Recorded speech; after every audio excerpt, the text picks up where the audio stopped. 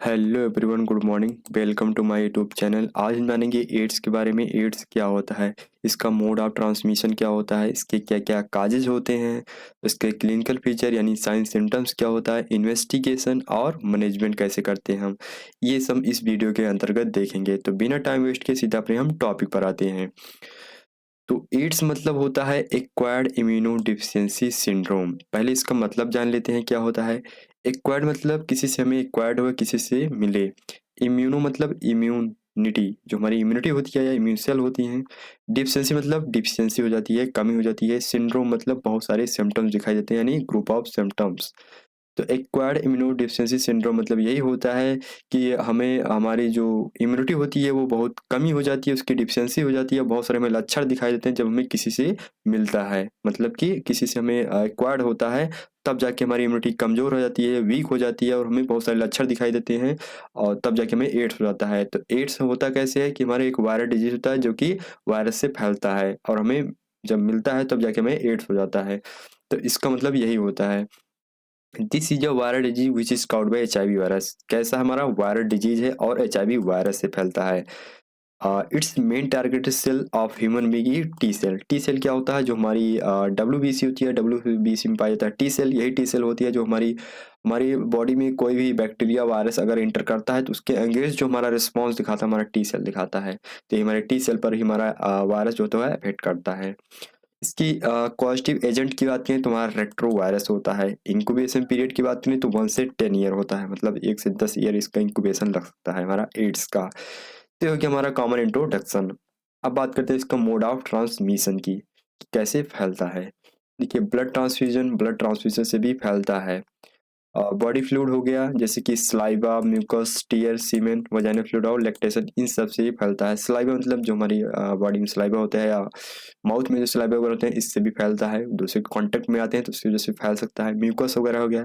Tier, आंसू जो एक दूसरे पर्सन के कांटेक्ट में आएगा तब फैल सकता है। सीमेन हो गया, वजाइनल फ्लूइड और लैक्टेशन मतलब कि मिल्क वगैरह से भी ये फैलता है। तो कुछ इस प्रकार हमारा होता है मोड ऑफ ट्रांसमिशन फैलने के, कैसे ट्रांसमिट होता है।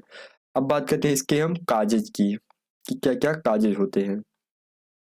सबसे पहले हमारा इन्फेक्टेड निडिल। अगर इन्फेक्टेड निडिल है, उसमें अगर ब्लड वगैरह लगा है, और जो ब्लड लगा है, जो ब्लड है उसमें HIV प्रेजेंट है, पॉजिटिव है, और दूसरे पर्सन के कांटेक्ट में आता है, तब जाके हमारा आ, ये HIV हमारे हो सकता है दूसरे पेशेंट में। नेक्स्ट हमारा ब्लड ट्रांसफ्यूजन। अगर ब्लड ट्रांसफ्यूजन कर रहे हैं, किसी एक पेशेंट में हमारा HIV पॉजिटिव है, मतलब एड्स हुआ है, तब जाके दूसरे में अगर ट्रांसमिट कर रहे हैं ब्लड, तो उसकी वजह से भी हमारा ये HIV हो सकता है, यानी एड्स हो सकता है। नेक्स्ट हमारा इन्फेक्टेड ब्लेड। ब्लेड इन्फेक्टेड है, मतलब कि कहीं न कहीं HIV उसमें प्रेजेंट है और दूसरे पर्सन में कांटेक्ट में आता है, तो उसकी वजह से भी हो सकता है। टैटू, मान लो कोई पर्सन टैटू बनवाने जा रहा है, जो हमारा टैटू वाला जो बनवाएगा, वो जो पर्सन रहेगा, उसको कहीं न कहीं अगर HIV हुआ है या HIV इंटर उसकी बॉडी में हुआ है, और आप अगर टैटू बनवा रहे हैं, बना रहे हैं, तो उसके कांटेक्ट में अगर ब्लड कांटेक्ट हुआ तो कहीं न कहीं उससे भी हमारे HIV आपके बॉडी में आ सकता है और एड्स हो सकता है। तो मतलब टैटू की वजह से भी हो सकता है, अगर टैटू वगैरह आप बनवाते हैं। Unprotected sexual intercourse. देखिए, मतलब कोई पार्टनर है, आपस में अगर वो सेक्सुअल इंटरकोर्स कर रहे हैं, किसी एक पर्सन में अगर इस HIV इंटर हुआ है या एड्स पॉजिटिव है, तो दूसरे पर्सन के होने के चांसेस होते हैं और होते भी हैं। तो मतलब कि अनप्रोटेक्टेड सेक्सुअल इंटरकोर्स अगर कोई कर रहा है, तो उसकी वजह से भी हमारे एड्स होने के चांसेस होते हैं। पेरिनियल एक्सपोजर में पर रेक्टल एग्जामिनेशन और पर वजाइनल एग्जामिनेशन, मतलब कि अगर आप पर रेक्टल एग्जामिनेशन करें मैनुअली, अगर हैंड से अगर रेक्टल का एग्जामिनेशन वगैरह कर रहे हैं, तो अगर आप उसके जिस पेशेंट में कर रहे हैं उसे अगर कांटेक्ट में अगर HIV एंटर हुआ है, तो अगर आप कांटेक्ट में आते हैं तो आपको भी होने के चांसेस होते हैं। तो कहीं न कहीं पर रेक्टल एग्जामिनेशन और वजाइनल एग्जामिनेशन के हमारा कहीं न कहीं कॉजेज बनता है हमारा एड्स होने का। ब्रेस्ट फीडिंग, जो मदर होती है अगर बेबी को फीडिंग वगैरह करा रही है, ब्रेस्ट फीडिंग करा रही है, तो मदर को हुआ है तो बेबी के भी चांसेस होते हैं होने के। नेक्स्ट हमारा ट्रांसप्लांटेशन। अगर आप क्यों अगर मान लो HIV पॉजिटिव हो आप, तो अगर आप अगर अपना ऑर्गन किसी को ट्रांसप्लांट करा रहे हैं, तो आप अगर जो हमारा नेक्स्ट पेशेंट रहेगा, दूसरा पेशेंट रहेगा जो आपका ऑर्गन लेगा, उसे भी होने के चांसेस होते हैं और हो भी जाएंगे, क्योंकि अगर आपको हुआ है, अगर आपको HIV इंटर हुआ है, तो दूसरे पेशेंट में अगर अपना ऑर्गन देंगे तो उसे भी हो जाएगा, क्योंकि ब्लड के कॉन्टेक्ट में हो जाता है। तो ये हो गया हमारा काजेज जो कि हमारा एड्स के होते हैं। नेक्स्ट हमारा इन्फेक्टेड वाटर। अगर वाटर इन्फेक्टेड है, इसमें कहीं के वायरस इंटर हुआ है, आपको पता ही नहीं, आप वाटर को ड्रिंक कर लेंगे तो आपको भी हो जाएगा। तो ये हमारा इन्फेक्टेड वाटर, तो ये हो गया हमारा काजेज। अब बात करें इसके क्लिनिकल फीचर की। क्लिनिकल फीचर मतलब कि sign symptom, influenza like symptom जैसे कि रनिंग नोज हो गया और running eye, coughing, sometimes haemoptysis, sinusitis और इन्फ्लामेशन ऑफ द साइनस।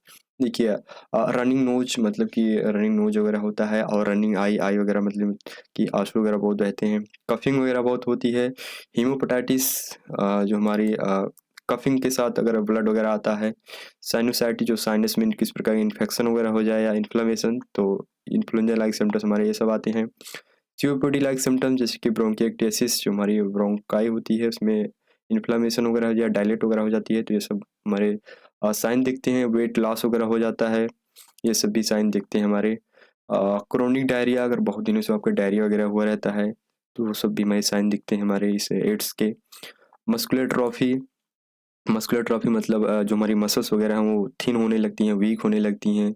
उसके बाद पेरीफेरल न्यूरोपैथी, देखिए पेरीफेरल न्यूरोपैथी एक कंडीशन होती है, मतलब कि जो हमारा बॉडी होता है उसमें एक ऐसी कंडीशन हो जाती है, जो हमारा ब्रेन और स्पाइनल कॉर्ड होता है उसके आउटसाइड जो है किसी प्रकार का प्रॉब्लम होने लगे तो हमें जाके पेरीफेरल न्यूरोपैथी हो जाता है, या इस ये कंडीशन में देखने को मिलती है, साइन देखने को मिलता है। ल्यूकोप्लेकिया मतलब white spot on the lips, मतलब लिप्स वगैरह जो है उसमें कहीं के वाइट वाइट स्पॉट दिखने लगते हैं, जिसे हम ल्यूकोप्लेकिया बोलते हैं। प्रोराइटिन मतलब ईचिंग, ईचिंग वगैरह होने लगती है हमारी पूरी बॉडी वगैरह में, ये सब देखने को साइन देखने को मिलते हैं हमारे एड्स में।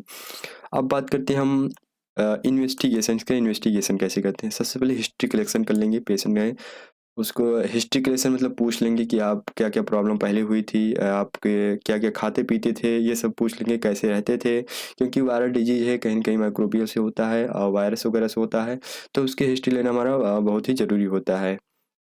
फिजिकल एग्जामिनेशन कर लेंगे, जैसे कि फिजिकल एग्जाम से अगर पेशेंट को ईचिंग वगैरह ये सब हम देख सकते हैं और एग्जामिन कर सकते हैं, और जैसे कि वेट लॉस वगैरह ये सब हम फिजिकली एग्जामिन कर सकते हैं। सीबीसी इन्वेस्टिगेशन कराएंगे, सीबीसी में देखेंगे टी सेल वगैरह की मतलब हीमोग्लोबिन वगैरह कमी वगैरह नहीं है, पूरा हम देखेंगे, डब्ल्यूबीसी वगैरह की काउंट वगैरह देखेंगे कितना है कितना नहीं, ये सब हम सीबीसी में देख लेंगे। पीसीआर टेस्ट कराएंगे, पीसीआर टेस्ट जो होता है हमारा, पीसीआर मतलब होता है पॉलीमरेज चेन रिएक्शन, एक प्रकार का हमारा ऐसा टेस्ट होता है जो कि डीएनए और आरएनए होता है उसको डिटेक्ट करने के लिए, मतलब बहुत सारी कॉपीज बनाने के लिए हम ये इस टेस्ट को कराते हैं। CD4 and CD8 count test, ये टेस्ट क्या होता है, देखिए CD4 और CD8 हमारा एक प्रकार की टी सेल होती हैं जो कि जो हमारा पैथोजेनिक इन्फेक्शन होता है उनको, उनके अंगेज जो हमारी इम्यून रिस्पॉन्स दिखाती है हमारी, ये CD4 और CD8 टेस्ट ही मतलब कराएंगे तो हमें दिखाई देता है। मतलब कि जो टी सेल होती हैं, कोई अगर बॉडी में हमारा बैक्टीरिया वगैरह या वायरस वगैरह एंटर करता है उनके प्रति जो रिस्पॉन्स दिखाता है हमारा CD8 और CD4 और CD8 मतलब सेल होती है वही दिखाती हैं अपना रिस्पॉन्स। इसका जो नॉर्मल काउंट होता है, नॉर्मल जो वैल्यू होता है 500 से 1500 सेल पर MM³ इसका नॉर्मल रेंज होता है। अब बात करें एलिसा टेस्ट, एलिसा टेस्ट क्या होता है, एंजाइम लिंक्ड इम्यूनोसॉर्बेंट एस्से, ये हमारा टेस्ट होता है एलिसा जो कि हम एड्स में कराते हैं। अगर पेशेंट को एड्स हुआ है तो हम ये टेस्ट जरूर कराते हैं, कि ये जो टेस्ट होता है एक मार्कर का ब्लड टेस्ट है, ब्लड में जो एंटीबॉडीज हैं, एंटीजन है, प्रोटीन, हार्मोन, ये सब जो होते हैं इन सबको डिटेक्ट करने के लिए हम एलिसा टेस्ट को कराते हैं। नेक्स्ट हम viral marker test, viral marker test कराते हैं कि ये किसी प्रकार का हमारा माइक्रोब्स वगैरह इंटर नहीं हुए हैं, वायरस वायरस वगैरह ये सब इंटर हुए हैं, तो इन सब का एक अलग टेस्ट होता है जिसे हम वायरल मार्कर टेस्ट बोलते हैं। नेक्स्ट हमारा यूएसजी, यूएसजी कराते हैं, यूएसजी से लिम्फोडेमोपैथो और स्प्लेनोमेगेली, मतलब कि यूएसजी कराएंगे कहीं स्प्लेन वगैरह में हमारा, मतलब जो स्प्लीन है उसमें किसी प्रकार की चेंजेस तो नहीं है उसके शेप वगैरह में, और लिम्फोडेमोपैथी कराएंगे कि ये जो हमारे लिम्फोनोड होते हैं जो कि हमारे इम्यूनिटी के वर्क करते हैं, रिस्पॉन्स दिखाते हैं, जो लिम्फ नोड वगैरह रहते हैं, तो इन सबको दिखाएंगे कि इसमें कहीं डिजीज या कोई प्रॉब्लम है वगैरह तो नहीं है लिम्फ नोड वगैरह में, तो ये सब हम यूएसजी में कराएंगे और देख लेंगे। तो ये हो गया हमारा इन्वेस्टिगेशन। अब बात करते हैं इसके मैनेजमेंट की, मैनेजमेंट कैसे करेंगे। सबसे पहले हम देखते हैं इसके डाइटरी मैनेजमेंट में।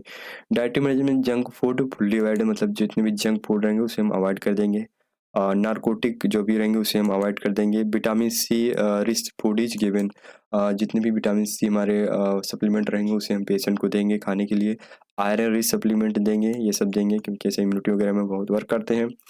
तो डायट्री हम ये सब करेंगे। उसके बाद हम सिम्प्टोमेटिक में क्या क्या करेंगे ये सब हम देखते हैं। सिम्प्टोमेटिक में एंटीबायोटिक दे देंगे। एंटीबायोटिक में जैसे कि एजिथ्रोमाइसिन, लिंडोजोल, मतलब कि लीनिडोजोल, ये सब हम दे देंगे, या अमीकासिन वगैरह, ये सब हम एंटीबायोटिक में दे देंगे। एंटीपायरेटिक में जैसे कि पीसीएम, पैरासिटामॉल, एनाल्जेसिक में हम डाइक्लोफिनेक, एसिक्लोफिनेक, ये सब देंगे। एंटी एलर्जिक फेनिरामाइन, सिट्रीजिन, मतलब कि जितने भी हमें साइन सिम्टम्स दिख रहे थे उनके अगेंस्ट जो हम मैनेजमेंट करेंगे ये सब हम करेंगे, ये सब मेडिसिन देंगे। एंटासिन में रेनेटिडीन, सिमिटिडीन, ये सब दे देंगे। एंटीमीटिंग में ऑन्डेस्ट्रॉन, मेटाक्लोप्रोमाइड, जैसे एमसेट, पेरिनोम वगैरह बोलते हैं, ये सब हम देंगे। एंटी एंजाइटी, एंजाइटी वगैरह हो रही है साइन सिम्टम देखने में, तब जाके एंटी एंजाइटी देंगे। मिडाजोलम, डाइजिफार्म। स्टेरॉइड दे देंगे जैसे कि डेक्सामेथासोन, बीटामेथासोन। उसके बाद एंटी रेट्रोवायरल मेडिसिन, ये बहुत मेन हमारी मेडिसिन है जो एड्स में दिया जाता है, क्योंकि ये वायरल है। जो क्योंकि जो इसका पॉजिटिव एजेंट था आप देखे होंगे वो रेट्रोवायरस था। तो एंटी रेट्रोवायरस हम यहाँ पर मेडिसिन चलाएंगे या मेडिसिन देंगे। तो एविकावीर और टेनोवाफोवीर ये हम देंगे एंटी रेट्रोवायरल में। उसके बाद हम लास्ट में टी सेल थेरेपी कराते हैं। टी सेल थेरेपी जो होता है कैंसर में कराते हैं, जो जो ब्लड होता है, ब्लड में किसी प्रकार कैंसर वगैरह तो नहीं है, ये सब हम डिटेक्ट करने के लिए हम कराते हैं। जैसे कैंसर में ल्यूकेमिया हो गया, लिम्फोमा, ये सब नहीं है, तो उसको देखने के लिए हम एक टी सेल थेरेपी कराते हैं। तो इस वीडियो हमने यही जाना कि एड्स क्या होता है, एड्स के साइंस सिम्टम, इन्वेस्टिगेशन और काजेस के बारे में। तो आपको कैसे लगा वीडियो कमेंट में ज़रूर बताएं। तो मिलते हैं नेक्स्ट वीडियो में, तब तक के लिए थैंक यू।